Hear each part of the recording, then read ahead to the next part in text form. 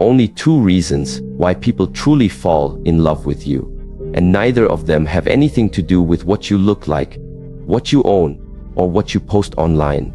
It may feel surprising, perhaps even disappointing at first, but what pulls someone toward you, what makes them stay, grow, and love you, is far more subtle and more sacred. People fall in love with the energy you carry and with how they feel about themselves when they are with you. The image, the words, the charm, they fade, but presence, emotional safety, and the quiet power of self-mastery, they remain. And in that silence, love grows, not as a fire, but as a steady flame. Let us walk this path of understanding, not just to be loved, but to become love itself. When we speak of love, especially the love that draws two people together, most of the world still believes it is about what you do, what you say, or what you show. But those who have truly looked within understand something much deeper. The energy you carry into every room is silently speaking before you ever open your mouth. It's not the smile on your face or the kindness of your words that people first fall in love with. It's the quiet, often invisible signal of your nervous system, the frequency of your presence, the steadiness or chaos that lingers in your posture, your gaze, your breath. You could be dressed immaculately, surrounded by success, or praised by many. But if your energy is restless, anxious, or deeply insecure, people feel it long before they understand it. They won't always be able to name what it is that makes them uneasy or disinterested. They'll just know something doesn't feel right. Likewise, someone may be simple, quiet, and not conventionally attractive. But when they carry a certain inner peace, a grounded clarity, and a warm stillness, people find themselves drawn to them without explanation. That is not accident. It is resonance. It is nature responding to balance. Neuroscience has shown us that our brain is wired to scan the environment for safety. This happens not just in physical spaces but also in relationships. Your subconscious is constantly reading micro signals in others, their tone of voice, the dilation of their pupils, the pace of their breath, the stiffness of their jaw. These signals speak volumes about their internal state. So when someone meets you, what their nervous system is really asking is, do I feel safe near this person? Can I relax here? Or is there hidden tension? This is why we say that energy introduces you before words do. Emotional energy, regulated by your nervous system, becomes the language through which others understand you. And in relationships, it is often the single most important factor. People don't just fall in love with what they see, they fall in love with what they sense. A woman once came to the Shaolin temple. She said, "Master, I feel invisible to others. I do everything right. I dress well, I speak kindly, I stay humble, but I don't feel seen. People look past me." I asked her to stand still, to breathe, and to close her eyes. After a few moments, I asked her what she felt. She replied, "Tension, my chest feels tight." I said, "That tension is what others feel before they see your kindness. It is the silent voice speaking louder than your words. Learn to relax that voice." Over time, she began to meditate, walk slowly, and sit in stillness. Her posture changed. Her voice dropped into a softer, slower rhythm, and something fascinating happened. People began to gravitate toward her.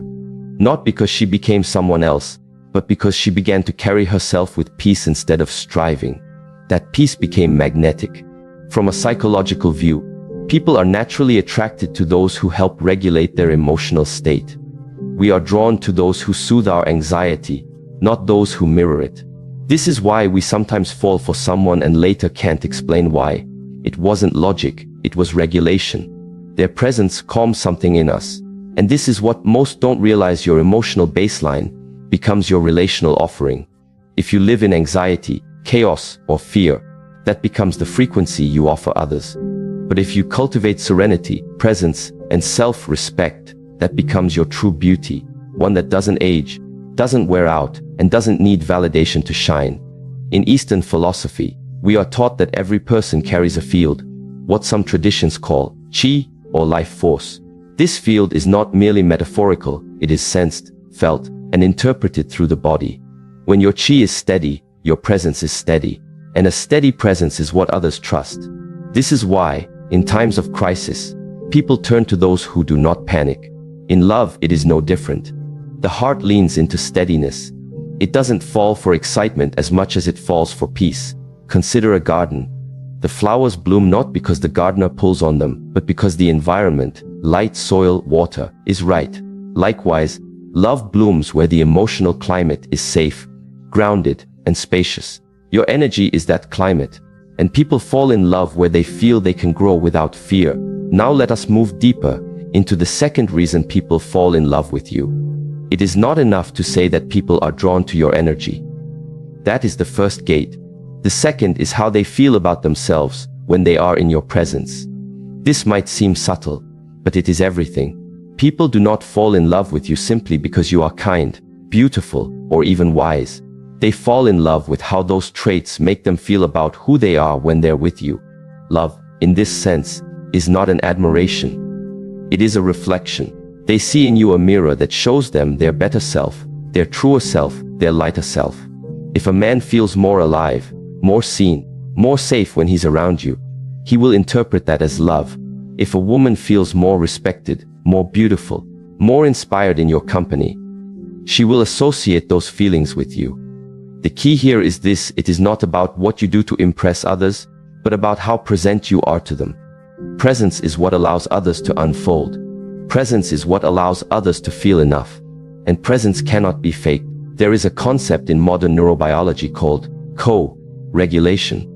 It means that one nervous system can calm or elevate another simply through proximity and empathy. When someone is emotionally dysregulated, anxious, overwhelmed, fearful, and they are near a person who is calm, breathing slowly, and grounded, their own physiology begins to align with that calm. This is not theory, it's physical. Heart rate, blood pressure, cortisol levels, they shift in response to connection. This is why, when a child cries, the mother often doesn't need to say much. She simply holds them. Her calm heartbeat, her steady breath, it tells the child's body, "You are safe." And the crying eases. In adults, the pattern is the same. We are looking for those who offer us emotional safety, not control, not excitement, not perfection, safety. Because safety allows the heart to open. So now, let us look at you, not just as a person, but as a mirror. When someone is with you, what do they feel about themselves? Do they feel judged, compared, hurried? Or do they feel like they can breathe again? Do they feel seen without having to perform? Do they feel more aligned with their truth? A young man once asked me why his relationships always ended after a few months. He said, "I give them everything. I buy flowers, I take them out, I compliment them every day. But still, they leave." I asked him, "Do you know how to sit in silence with someone?" He looked confused. "What do you mean?" I replied, "Without trying to impress, without trying to fix or entertain. Just to be fully with them. No agenda, just awareness." He shook his head. "That makes me nervous," he admitted. I told him, "That nervousness is not about them. It's about you. Until you learn to sit with yourself without fear, you cannot offer that peace to anyone else." So he began the practice. Not of dating, but of being alone without distraction. No phone, no noise, no proving. At first it was unbearable. Then slowly the stillness became familiar, then comforting, then joyful. And from that stillness, a new relationship emerged. One where the woman said to him, "I don't know why, but I feel calm around you. Like I can finally take off the mask." That was the beginning of real love. In this way, we return again to the wisdom of the East. Know yourself, and you will know others. The relationship you have with others is always a reflection of the relationship you have with yourself. If you are harsh with your own emotions, you will unconsciously be harsh with theirs. If you are impatient with your inner wounds, you will be impatient with theirs. But if you have met your own pain with kindness, your presence becomes a safe place for others to do the same. This is not romantic poetry. It is psychology. When someone feels safe to be themselves with you, they fall in love. Not with an ideal, not with a fantasy, but with the grounded reality that you make space for their authentic self. And so, the two reasons people fall in love are not outward, they are deeply inward. First, they fall in love with the way your energy interacts with theirs. Second, they fall in love with how they feel about themselves in your presence. These are the roots of lasting connection, not attraction based on need, but resonance based on truth. And the beauty of this understanding is that it doesn't require perfection. It requires presence. It doesn't demand charm. It demands honesty. It is not about changing yourself to be loved. It is about returning to who you already are beneath the noise. The question is not, how can I make someone love me? The question is, how can I become so at peace with myself that the others feel free to love themselves when they're with me? This is the path. It is not a trick. It is not a tactic. It is a way of being. And it begins now in this breath, in the quiet between words, in the awareness of your own energy, your own presence. Stay there. Let that be enough, because in that stillness the heart begins to remember what love truly feels like. Not excitement, not drama, but peace. And in peace, everything begins to bloom. Emotional availability is often spoken about in modern culture as if it is a performative act. Something you express through constant communication, vulnerable conversations, or grand gestures. But true emotional availability is not loud. It is not about how openly you express emotions in words. It is about how present you are with emotions, yours and others, without being controlled by them. It is rooted not in expression, but in self-mastery. And that is where many become confused, especially in relationships that seek depth. To be emotionally available is not simply to talk about your feelings. Anyone can speak of pain or joy. But can you sit with those feelings without reacting? Can you remain calm when the other person is struggling? Not because you're suppressing your response, but because you've trained yourself to be the container instead of the storm. This is emotional maturity. This is availability, not of words, but of space. Eastern wisdom teaches us that emotions are like clouds. They move through the sky of your awareness. They are not permanent, and they are not personal. But when we become identified with them, when we say, I am angry, instead of, I feel anger, we confuse the weather for the sky. Emotional availability requires that we don't get caught in the clouds. It requires that we remain the sky. Now let us look at this through the lens of neuroscience and physiology. The human brain processes emotional pain in much the same regions as physical pain. This is why emotional reactivity feels urgent, overwhelming, and at times even debilitating. When you feel triggered by a partner's silence or disapproval, your body isn't just annoyed, it is interpreting a threat. Your amygdala, the brain's fear center, sounds the alarm. Your heart rate rises. Your muscles tighten. And unless you've trained your awareness to intervene, your reaction becomes automatic, often defensive, aggressive, or avoidant. So what does self-mastery have to do with this? Everything. Self-mastery is the art of pausing between stimulus and response. It is the ability to notice the reaction rising within you, and to choose presence instead of projection. That pause, often just a breath, is the space where love is either deepened or destroyed. There is a practice we follow in the Shaolin tradition called sitting with fire. It is a meditative approach in which you do not try to escape discomfort. You simply sit with it, like you would sit with a small fire, neither touching it nor running from it. The idea is simple. By sitting still with what is unpleasant, you train your nervous system to remain calm in the presence of emotional heat. Over time, what used to ignite you no longer controls you. And this changes your relationships profoundly. You become someone who can stay steady in emotional turbulence.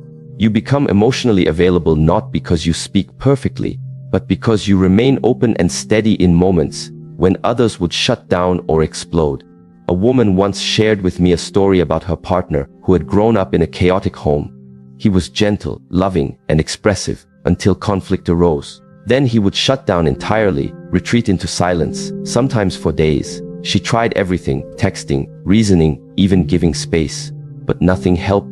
It's like he disappears, she said. He says he loves me, but when I need him emotionally, he vanishes. I asked her gently, has he learned to stay with his own discomfort?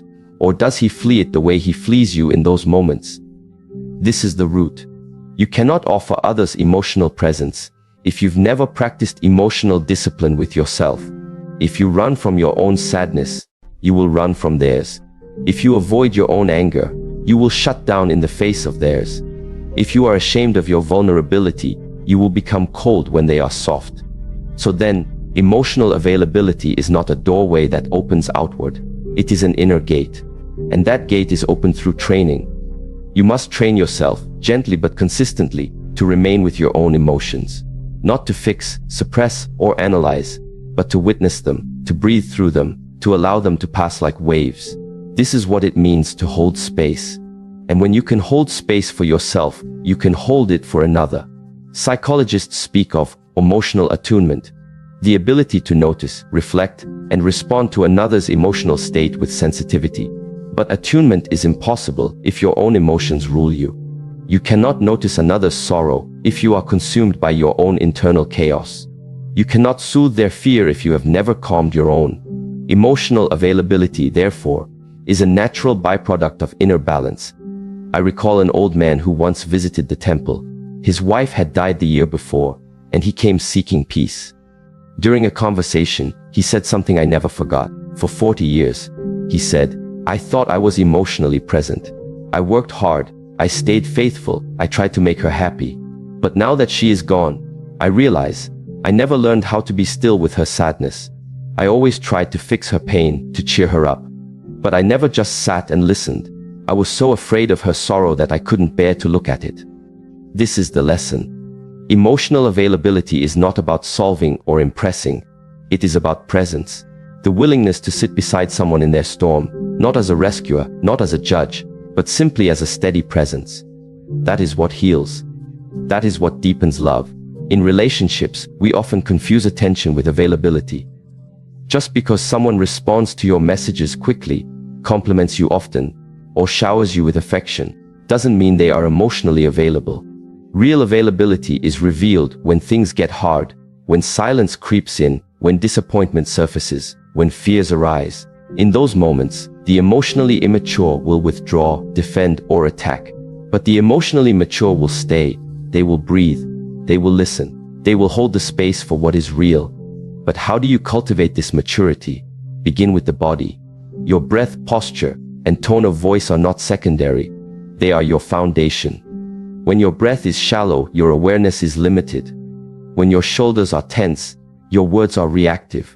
When your tone is sharp, your energy becomes aggressive even if your words are kind. So train the body first. Practice sitting in silence every day. Observe your breath without judgment. Let it slow. When tension rises, do not fight it. Greet it with awareness. This is not merely meditation. It is relationship training. Because the stillness you practice alone is the stillness you bring into love. Then move to the mind. Watch the stories you tell yourself in moments of conflict. The ego will always craft narratives. She's ungrateful. He doesn't care. I always get hurt. But these are not truths. They are reflexes. The emotionally available person learns to interrupt these reflexes. Instead of asking, what is wrong with them? Ask, what is this moment revealing about me?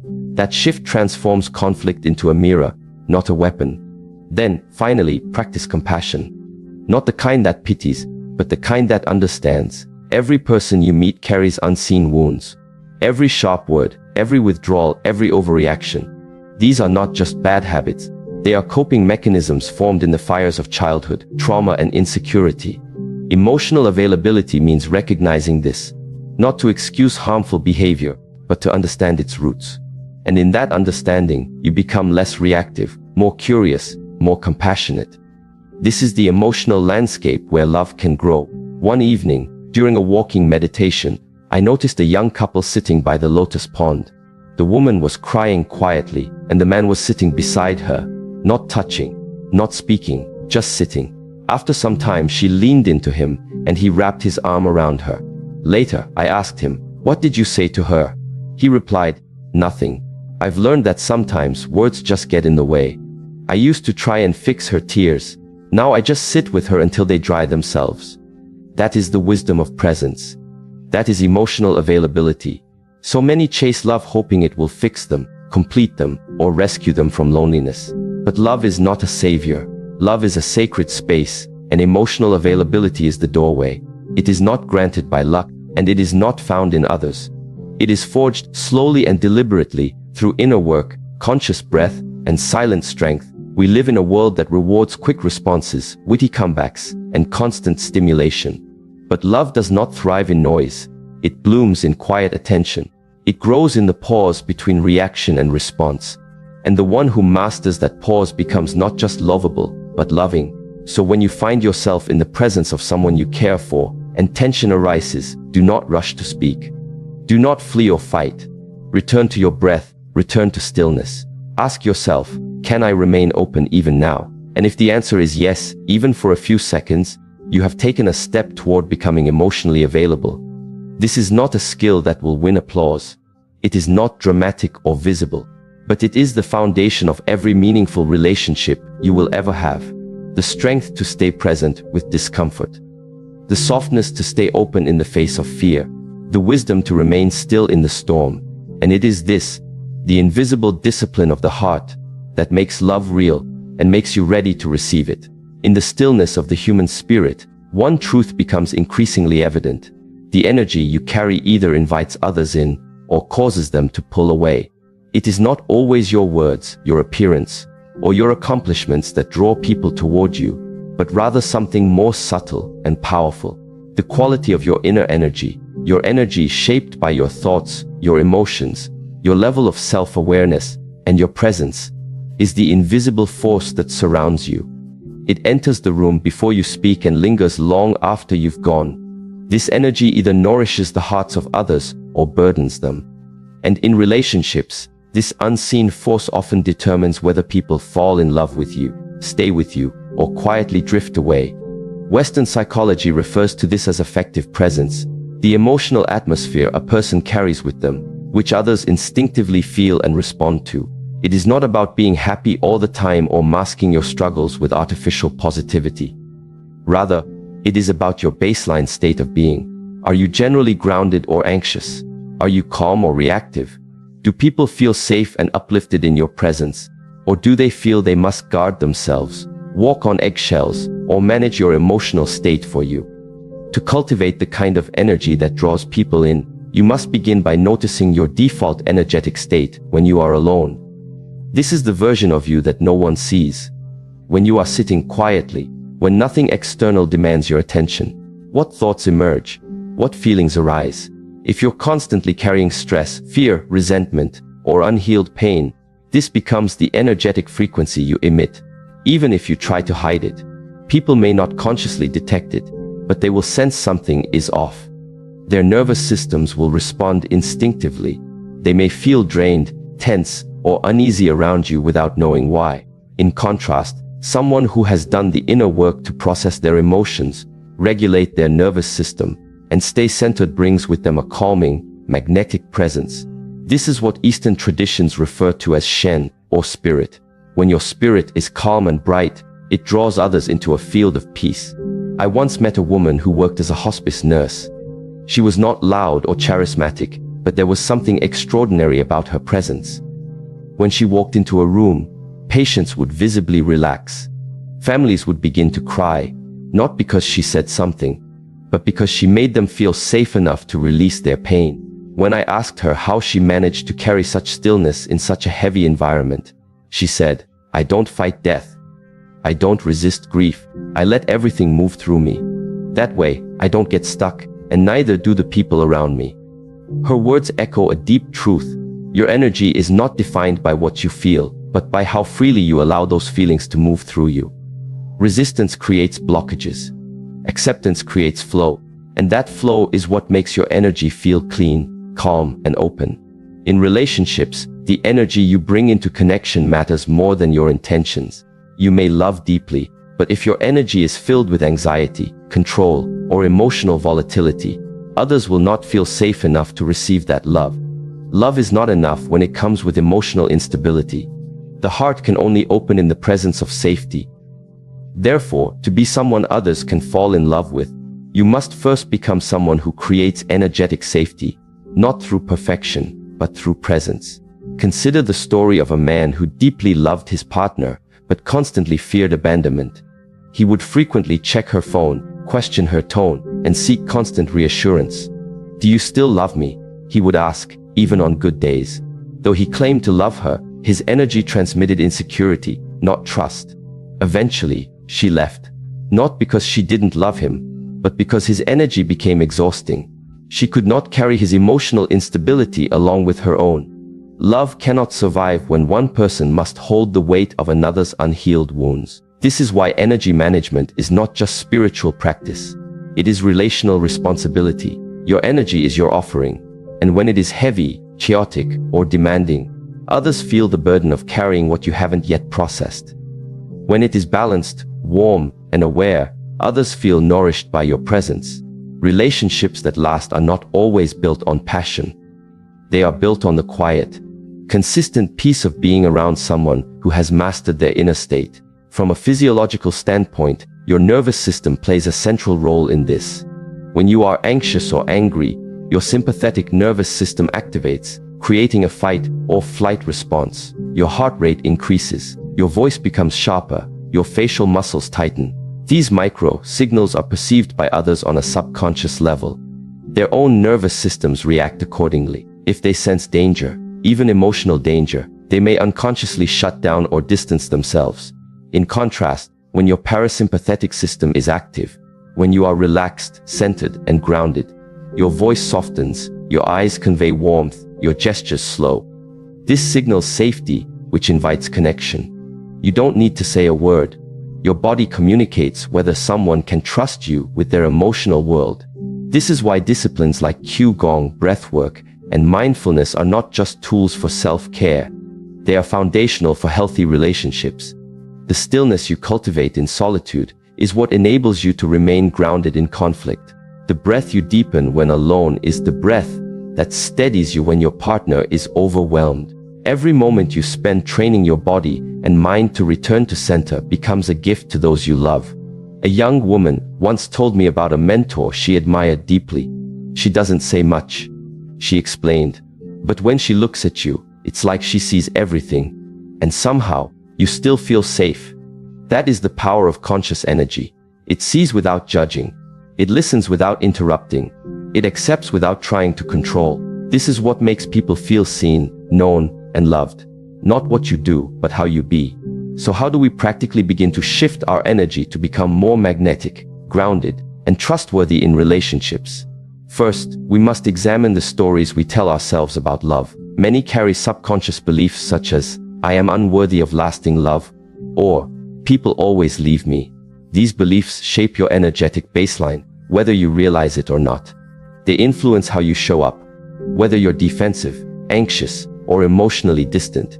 To shift this, you must first become aware. Notice your inner dialogue, question its origin. Is this belief truly yours, or was it inherited through pain, trauma, or cultural conditioning?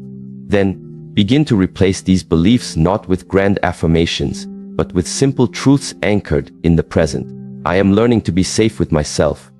I am cultivating the kind of presence I wish to receive. I am not my past. I am who I choose to be now.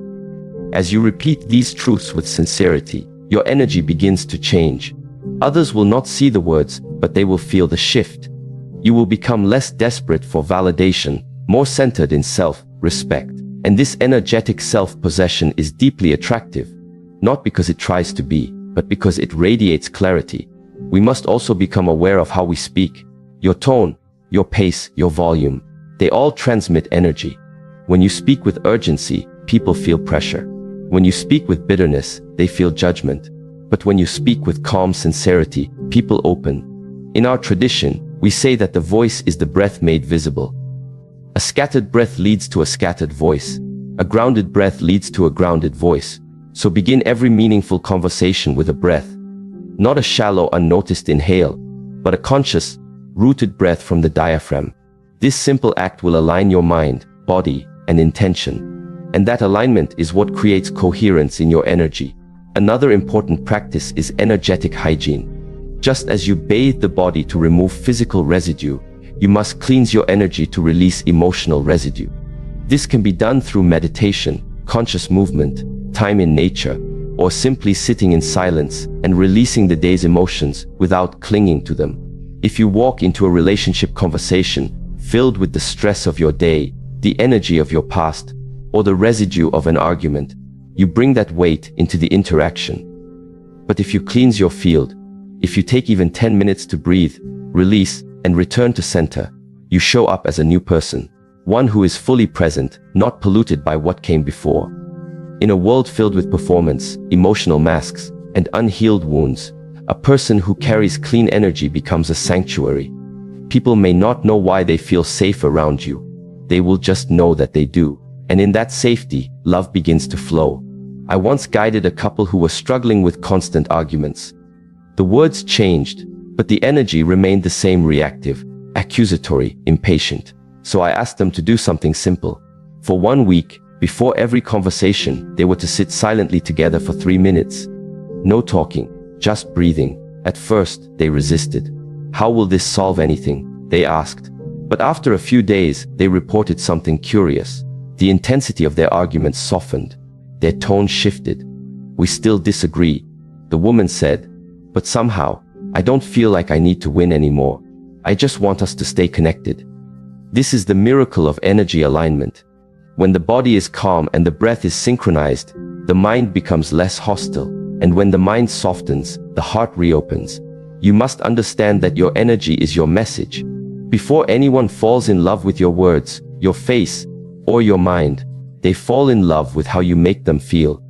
And how you make them feel is not determined by your effort, but by your frequency. If you wish to attract deep, lasting, meaningful love, become a source of peace, presence, and strength. Let your energy become a safe place where others can rest, not because you take their pain, but because you have learned to sit with your own. This journey is not about perfection. You will have days when your energy is scattered, your breath is shallow, your patience is thin. But even on those days, you can return, you can pause, you can choose stillness again.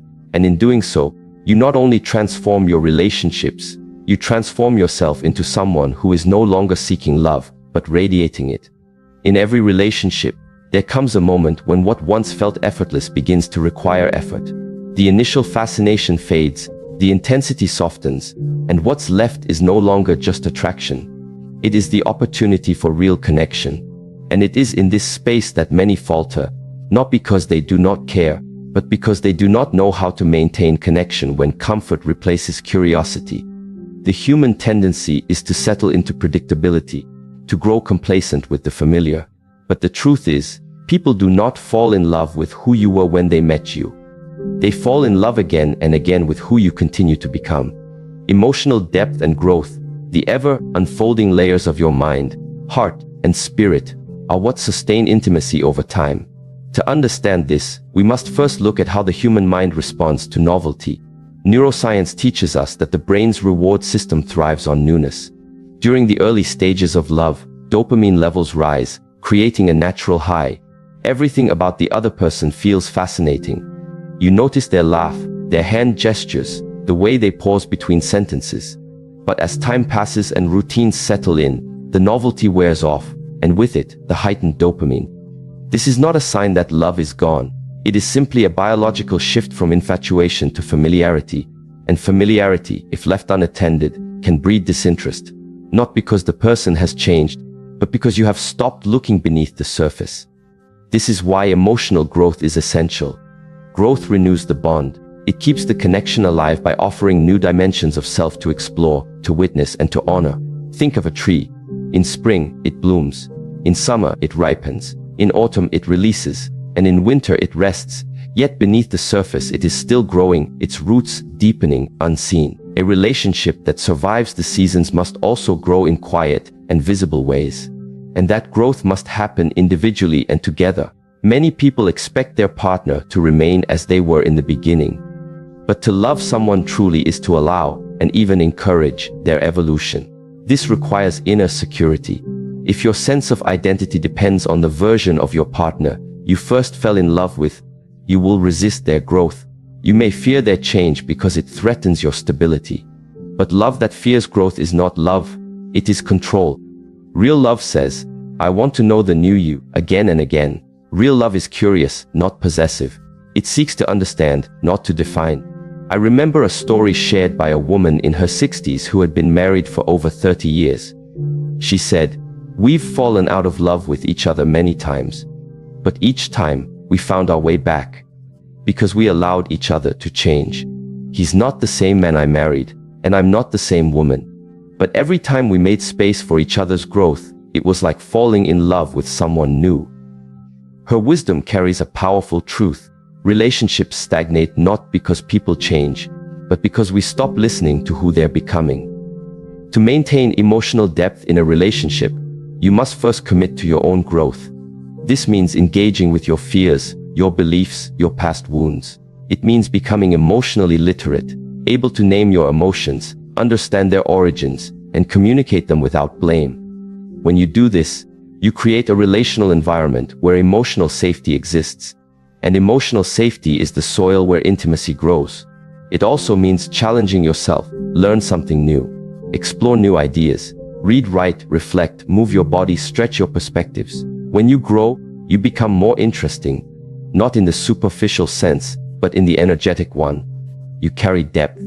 You bring something to the table that nourishes the connection. And you invite your partner to do the same, not by force, but by inspiration. In traditional Eastern thought, there is the idea of Wu Wei, effortless action. It is not passive, but flowing. In relationship, this means we do not force connection. We cultivate the conditions for it to flourish. One of those conditions is ongoing inner work. The more we understand ourselves, the more fully we can understand and love another. A person who continues to explore their inner world remains emotionally alive, and that aliveness is felt in every interaction. Let us now speak of curiosity, for it is the heartbeat of emotional depth. When you stop being curious, you start making assumptions. You believe you know all there is to know about your partner. You stop asking questions. You stop listening deeply. But no one remains the same. Even in one day, a person experiences hundreds of thoughts, emotions, and shifts in awareness. To keep love alive, you must remain a student of the one you love, not just of their outer life, but their inner world.